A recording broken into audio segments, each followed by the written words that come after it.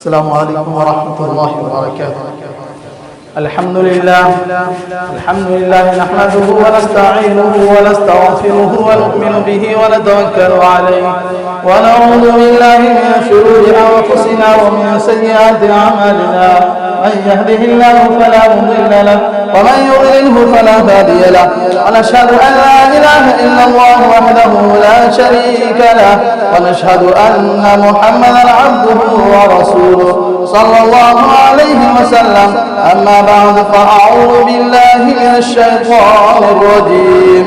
بسم الله الرحمن الرحيم.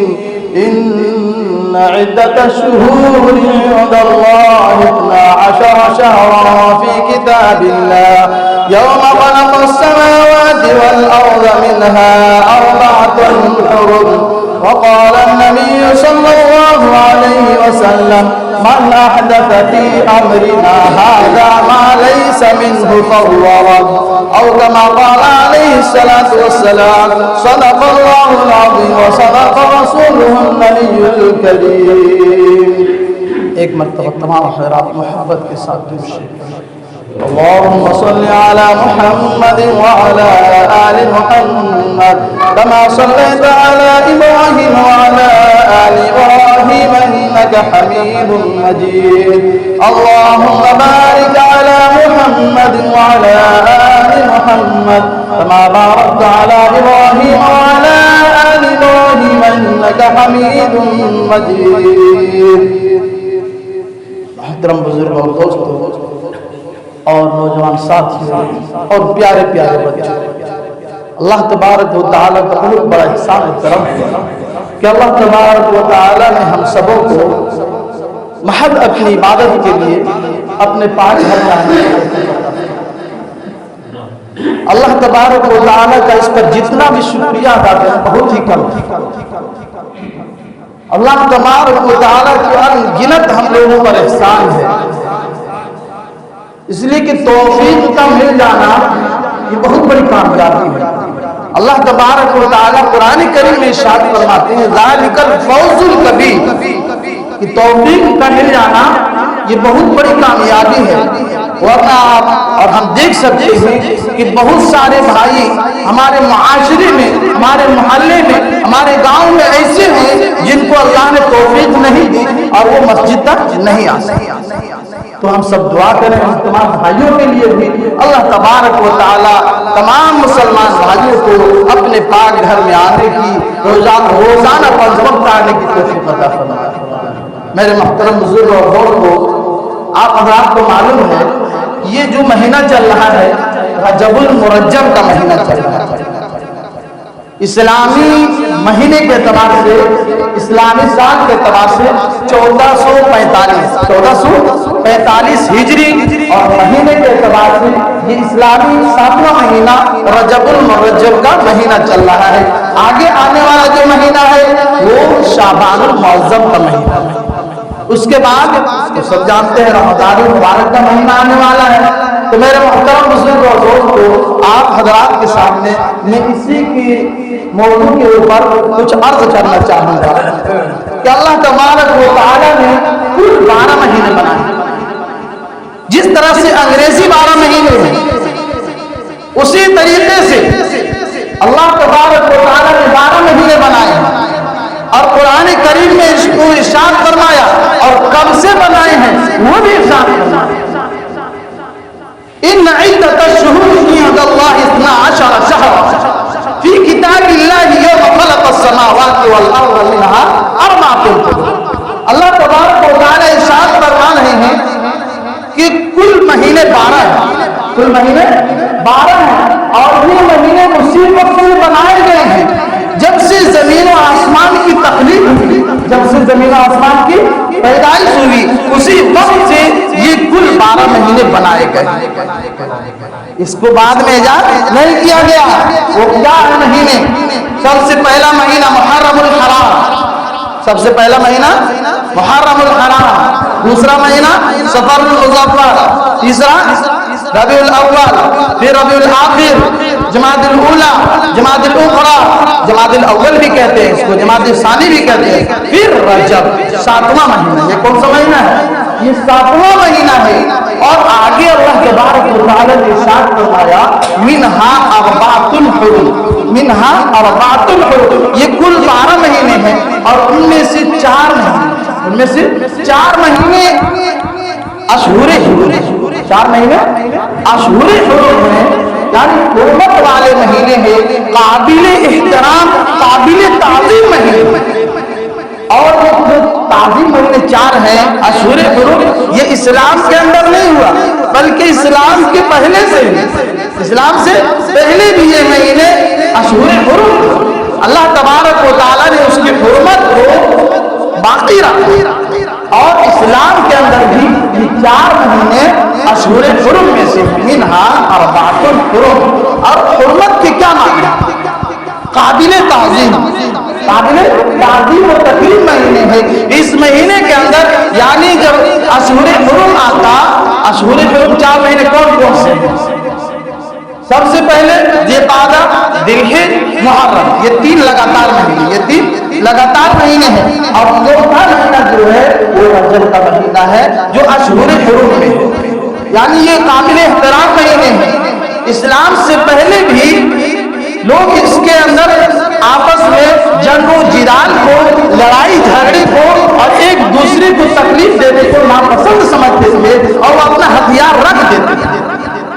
یہ 4 مہینے ایسے ہیں جن میں غیر بھی کفار مشرکین بھی اگر لڑائی آپس میں چلتی تھی تو اس مہینے کے اندر وہ لڑائی کو ختم کر دیتے تھے، اپنے ہتھیار کو رکھ دیتے تھے اور اس مہینے کی عظمت، اس مہینے کی حرمت کو سمجھتے تھے، اس کی تعظیم کرتے تھے کہ اشہر حرم آ گیا ہے، اس لیے اب جنگ و جدال نہیں ہوگا، اب لڑائی نہیں۔ یہ تو اشہر حرم کے معنی ہوا۔ یہ 7واں مہینہ چل رہا ہے رجب کا مہینہ۔ اس کے اندر آپ صلی اللہ علیہ وسلم نے کیا کرنے کا حکم دیا ہے، نہیں دیا ہے، اس کے کیا فضائل ہیں، کیا اس کے اعمال ہیں، کیا طریقہ ہے، آپ حضرات کے سامنے کچھ پیش کروں گا۔ تو سب سے پہلے جب رجب کا مہینہ آتا تھا آپ صلی اللہ علیہ وسلم رجب کے چاند کو دیکھتے تھے تو اللہم بارک لنا فی رجب و شعبان و بلغنا رمضان، یہ دعا کرتے ہیں۔ یہ دعا حدیثوں میں منقول ہے، صحیح حدیث سے بس یہی ثابت ہے کہ جب رجب کا مہینہ آتا تھا تو آپ صلی اللہ علیہ وسلم اور آپ صلی اللہ علیہ وسلم کے صحابہ اس دعا سے پڑھنے کا اہتمام کرتے تھے۔ چاند دیکھنے کے بعد، اس مہینے کے داخل ہونے کے بعد آپ صلی اللہ علیہ وسلم اور آپ کے صحابہ کی دعا پڑھتے تھے، اللہم بارک لنا فی رجب و شعبان و بلغنا رمضان۔ اس کے کیا معنی ہوتے ہیں؟ اے اللہ ہمارے لیے رجب اور شعبان کے مہینے میں برکتیں عطا فرما، اور جو برکتوں کا مہینہ سب سے زیادہ بڑا مہینہ ہے رمضان کا مہینہ، اس تک ہم سب کو پہنچا، یعنی ہماری عمر کے اندر اتنی اضافہ فرما کہ ہم سب رمضان المبارک کے فضیلتوں کو، برکتوں کو پا سکیں۔ تو آپ صلی اللہ علیہ وسلم یہ دعا فرماتے تھے، اللہم بارک لنا فی رجب و شعبان و بلغنا رمضان۔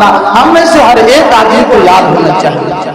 لیکن آج کل جو اسلامی شعار ہے، جو شریعت مطہرہ ہے، اس کو ہم لوگ پشت ڈال دے رہے ہیں، پیچھے کر دے رہے ہیں، لیکن جو غیروں کی طرف سے رسم و رواج آ گیا ہے اس پر عمل پیرا ہو گئے ہیں، اور خاص طور سے ہماری مائیں اور بہنیں اس کے اندر ملوث ہیں، ہماری مائیں اور بہنیں اس کے اندر ملوث ہیں، جس کا کوئی حدیث میں ذکر نہیں ہے وہ ہم لوگ کر رہے ہیں، ہماری مسلمان بہنیں کر رہی ہیں۔ آخر ان کو کون بتائے گا، انہیں کون منع کرے گا؟ میرے محترم بزرگوں، اگر ہم نے اپنے ماں باپ کی صحیح تربیت، اپنے اولاد میں اپنے گھر والوں کی صحیح تربیت نہیں کی تو کل قیامت کے دن ہماری پوچھ ہو جائے گی، ہماری پکڑ ہو جائے گی۔ اس لیے اگر ہم سب چاہتے ہیں کہ کل قیامت کے دن اللہ کی پکڑ سے بچیں تو ہم سبوں کو چاہیے کہ اپنے گھروں کے اندر دین کو بتلائیں، اپنی بیٹیوں کو، ماں کو، بیویوں کو دین کی تعلیم دیں۔ ورنہ آپ لوگ سنتے رہتے ہیں کہ ایک ایک عورت 4 مردوں کو جہنم میں لے کر کے جائے گی. اللہ حفاظت فرمائے اپنے باپ کو، اپنے بھائی کو، اپنے شوہر کو، اپنے بیٹے کو لے کر. ضرورت اس بات کی ہے کہ ہم لوگ دین کی باتیں سنتے ہیں تو اس کو اپنے گھروں تک لے جائیں، اپنی بیٹیوں کو، بہوؤں کو اور ماں کو، بیویوں کو، تاکہ وہ غلط کاموں سے باز آ جائیں. اصل میں بات یہ ہے کہ ہم لوگوں تک صحیح اسلام اصل میں پہنچا نہیں ہے. غیروں کے دیکھا دیکھے ہم لوگ اسی پر چلنے لگے. ہم لوگ اصلی مسلمان نہیں، گویا کہ نسلی مسلمان. وہ اس طرح سے کہ ہمارے باپ دادا بابا اجداد مسلمان تھے، دادا پردادا مسلمان تھے تو ہم بھی مسلمان ہو گئے. ہم نے کیا کیا اس کے لیے؟ کتنی قربانیاں دی ہم نے. مسلمان کے گھر میں پیدا ہو گئے اس لیے مسلمان ہو گئے. ہم نے اس کے لیے کوششیں نہیں کی، اس کے لیے جدوجہد نہیں کیا، اس کے لیے قربانیاں نہیں دینی پڑی. صحابہ کرام کی زندگیوں کو اٹھا کر کے دیکھ لیجئے، اور خاص کر کے حضرت بلال رضی اللہ عنہ کی زندگی کو اٹھائیے. کتنا دردناک واقعہ ہے کہ جب وہ ایمان لے آئے تو ان کے جو آقا تھے، مالک تھے، انہوں نے ان کو کتنی سزائیں دی ہے، پھر بھی وہ اللہ کی وحدانیت کو نہیں چھوڑا، رسول اللہ پر ایمان لے آیا، اس سے نہیں رکا. آج ہم لوگوں کے اندر بھی یہی ہونا چاہیے کہ اپنے ایمان کو مضبوط بنائیں، اپنے جذبہ کو مضبوط رکھیں. انشاءاللہ جو صحابہ کی اللہ تبارک و تعالیٰ نے مدد فرمائی ہے، انشاءاللہ ہمارے بھی اللہ تبارک و تعالیٰ مدد کرنے والے ہیں. وہ صحابہ بھی اللہ کے مخلوق بندے تھے اور ہم بھی اللہ کے بندے ہیں. وہ بھی مسلمان تھے، ہم بھی مسلمان ہیں، لیکن ان کے ایمان کے اندر اور ہمارے ایمان کے اندر تھوڑا سا فاصلہ ہے. تھوڑا سا فاصلہ ہے. گویا کہنے والوں نے کہا کہ ایک بالشت کا فاصلہ ہے، کہ صحابہ کا ایمان دل میں ہوتا تھا، صحابہ کا ایمان دل میں ہوتا تھا اور ہم سب کا ایمان زبان پہ ہے. وہی کاش کے دل پر اتر جائے تو انشاءاللہ ہم بھی کامیاب ہوں. تو میرے محترم بزرگوں کو اس مہینے کے اندر بہت سارے ایسی رسوم و رواج آ گئے ہیں جن کو ہم لوگوں نے دین سمجھ رکھا ہے، حالانکہ وہ دین نہیں. ان میں سے زیادہ جو ابھی عام ہے رسموں میں سے ایک رسم کنڈے کا رسم.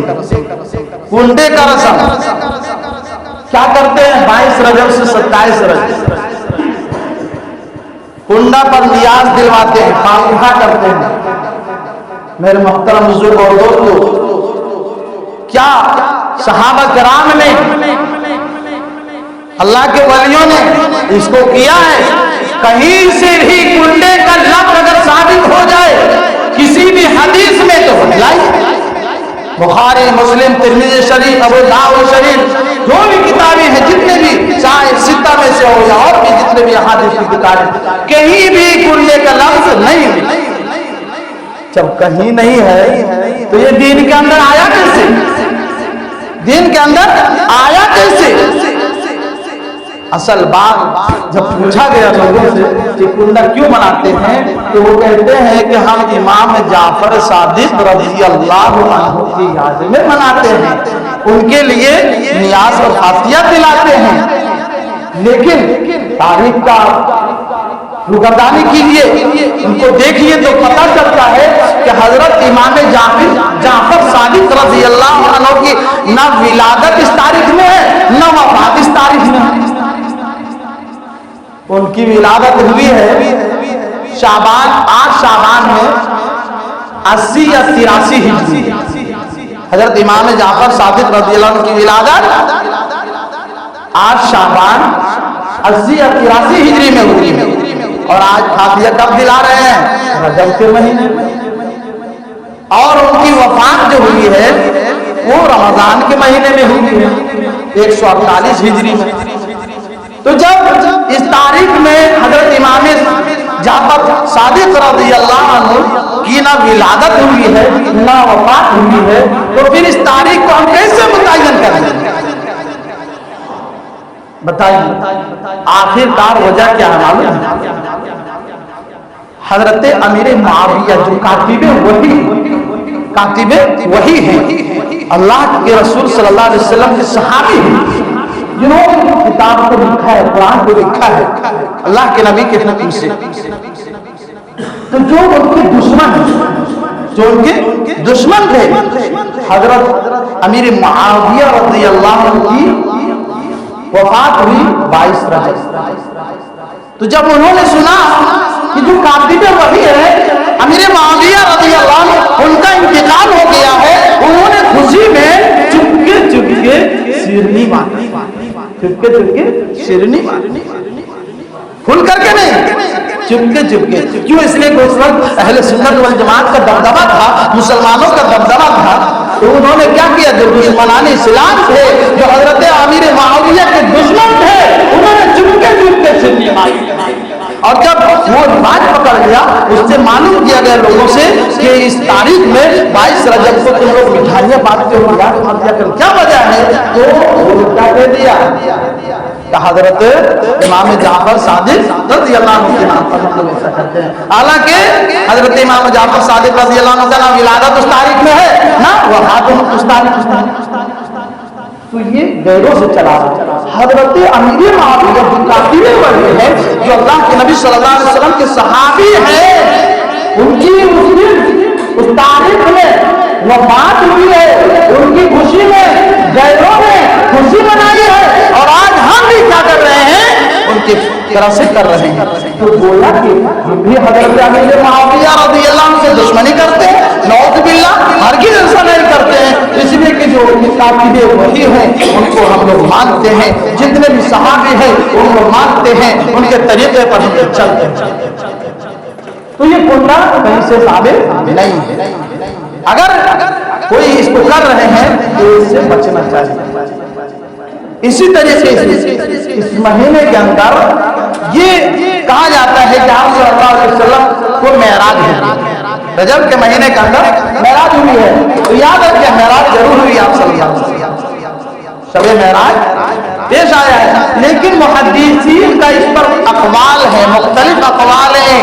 بعض کہتے ہیں کہ آپ صلی اللہ علیہ وسلم کو نبوت ملنے کے بعد 5 سال کے بعد معراج ہوا ہے، بعض کہتے ہیں کہ 7 سال کے بعد، بعض کہتے ہیں کہ 5 سال 2 مہینے کے بعد، بعض کہتے ہیں 5 سال 3 مہینے کے، بہت سارے یعنی 10 اقوال ہے اس کے اندر، کوئی بھی تاریخ متعین نہیں ہے کہ اسی تاریخ میں آپ صلی اللہ علیہ وسلم کو معراج ہوئی۔ آپ صلی اللہ علیہ وسلم کی معراج اسی رجب میں، یہ بھی ثابت نہیں ہے۔ اور کیوں نہیں؟ آپ صلی اللہ علیہ وسلم کی زندگی کے اندر خود 18 سال آیا شب معراج کا دن، لیکن آپ صلی اللہ علیہ وسلم نے منانے کا حکم نہیں دیا کہ آج شب معراج ہے، اس کو منائیے، رات میں جاگیے، قیام اللیل کیجیے، اور پھر دن میں صوم نہار رکھیے۔ آپ صلی اللہ علیہ وسلم نے اس کا حکم نہیں دیا۔ تو بتائیے کہ رجب کے مہینے میں یہ کہنا کہ آج شب معراج ہے، عید معراج النبی ہے، اور پھر رات میں جاگنا، جن طریقے سے ہم لوگ شب قدر میں اور شب برات میں جاگتے ہیں، اور اس کے مطابق انہی کی طرح ان دنوں کی طرح اس کی بھی فضیلت کو بتانا غلط بات ہے یا نہیں؟ سمجھنے کی بات ہے، آپ لوگوں کو سمجھ آ رہا ہوگا۔ تو آپ صلی اللہ علیہ وسلم نے نہیں بتلایا کہ آج شب معراج ہے، رات میں جاگیے اور کل روزہ رکھیے۔ 3 صحابی تھے، حضرت عائشہ رضی اللہ عنہ کے پاس آئے، انہوں نے کہا آپ صلی اللہ علیہ وسلم کے اخلاق کیا ہے، آپ صلی اللہ علیہ وسلم کے اطوار طریقہ کیا ہے، آپ صلی اللہ علیہ وسلم کی سنت کیا ہے؟ تو حضرت عائشہ رضی اللہ عنہ کہتی ہے کانا خلق القرآن، کہ آپ صلی اللہ علیہ وسلم کا سیرت تو پورا قرآن ہے، کہ تم قرآن نہیں پڑھتے ہو۔ آپ صلی اللہ علیہ وسلم راتوں کو جاگتے تھے اور دن میں روزے بھی رکھتے تھے، اور بھی گھر کے کام کرتے تھے، فلا کام کرتے تھے۔ تو صحابہ نے کہا کہ آپ صلی اللہ علیہ وسلم تو اللہ کے بہت ہی حبیب ہیں، بہت سارے کام کرتے ہیں، انشاءاللہ آج سے ہم لوگ بھی ایسا کریں گے۔ انہوں نے کہا کہ آج سے ہم لوگ بھی دن میں روزے ہی رکھیں گے، لگاتار روزے رکھتے رہیں گے، اور بعض لوگوں نے کہا کہ ہم صرف عبادت کرتے رہیں گے، اور بعض لوگوں نے کہا کہ ہم صرف نماز پڑھتے رہیں گے، گھر والوں کو چھوڑ دیں گے، بیوی بچے کو نکل جائیں گے۔ اللہ کے نبی صلی اللہ علیہ وسلم کو جب پتا چلا تو اللہ کے نبی صلی اللہ علیہ وسلم نے لوگوں کو مسجد میں جمع کیا اور کہا کہ کیا ہو گیا لوگوں کو کہ ہم دیکھ رہے کہ وہ ہم سے زیادہ لگ رہا اللہ سے محبت کرنے والے ہیں. میں اللہ کا نبی ہوں, میں کھاتا بھی ہوں, میں پیتا بھی ہوں, میں سوتا بھی ہوں, میں روزے بھی رکھتا ہوں, میں افطار بھی کرتا ہوں, لیکن تم لوگ نے ارادہ کر لیا ہے کہ ہم صرف لگاتار روزے ہی رکھتے رہیں گے, کھائیں گے نہیں, پیئیں گے نہیں اور بیوی کے پاس نہیں جائیں گے. آپ صلی اللہ علیہ وسلم نے فرمایا میں سوتا بھی ہوں, میں کھاتا بھی ہوں, میں روزے بھی رکھتا ہوں. پتہ یہ چلا کہ آپ صلی اللہ علیہ وسلم کی جو سنت ہے, آپ صلی اللہ علیہ وسلم کے جو طریقے ہیں, اس کے مطابق اگر ہم زندگی گزاریں گے, ان کے طریقے بتائی ہوئے طریقے کے مطابق اپنی زندگی کو ڈھالیں گے تو ہم کامیاب ہو جائیں گے. اور اگر آپ صلی اللہ علیہ وسلم کے طریقے سے ہٹ کر راتوں بھر اگر عبادت کرتے رہیں اور پورے سال روزہ رکھتے رہیں تو ہم کامیاب نہیں ہو سکتے. آپ صلی اللہ علیہ وسلم کی سنتوں کے مطابق, دین کے مطابق, اللہ کے حکم کے مطابق, جناب محمد رسول اللہ صلی اللہ علیہ وسلم کی سنتوں کے مطابق اگر زندگی گزاریں گے تو انشاءاللہ دنیا کے اندر بھی کامیابی ہوگی اور مرنے کے بعد آخرت میں بھی کامیابی ہماری قدم چومے. تو میرا محترم بزرگ اور دوستو, ہم سبوں کو چاہیے کہ جو اللہ کے نبی صلی اللہ علیہ وسلم کی سنت ہے, جو سنت نبوی ہے, اس پر عمل کریں اور جو غیروں سے آیا ہے اس سے ہم لوگوں کو باز رہنا چاہیے. ہم لوگ سوچیں گے کہ یہی دین ہے لیکن وہ دین نہیں ہے. ہم لوگ اس کو کرتے کرتے دنیا سے چلے جائیں گے اور کل قیامت کے دن جب ہمیں سوال کیا جائے گا تو اس وقت ہمیں خسارے کا سودا ہے, نقصان اٹھانا پڑے گا. اس لیے جو علماء بتلاتے ہیں, جو ائمہ کرام امام آپ کو بتلاتے ہیں, اس پر عمل کریں اور جس سے رکنے کو کہتے ہیں اس سے رکیں, اس سے باز آئیں. کیوں؟ اس لیے کہ علماء انبیاء کے وارث ہیں. علماء انبیاء کے وارث ہیں. العلماء ورثۃ الانبیاء. گویا کہ جو کام نبیوں کا تھا وہ کام علماء کا ہے. دین کی دعوت دینا نبیوں کا تھا, وہ بھی علماء کے کام ہے. اسی طریقے سے لوگوں کو اللہ کی راہ کی طرف لانا, اللہ کے سامنے سجدہ ریز کرنے کے لیے دعوت دینا, یہ نبیوں کا کام تھا, یہ بھی علماء کے کام ہے. اگر دین علماء سے ہٹ کر کے کسی اور سے سیکھیں گے تو یاد رکھیں ہم کامیاب نہیں ہو سکتے ہیں.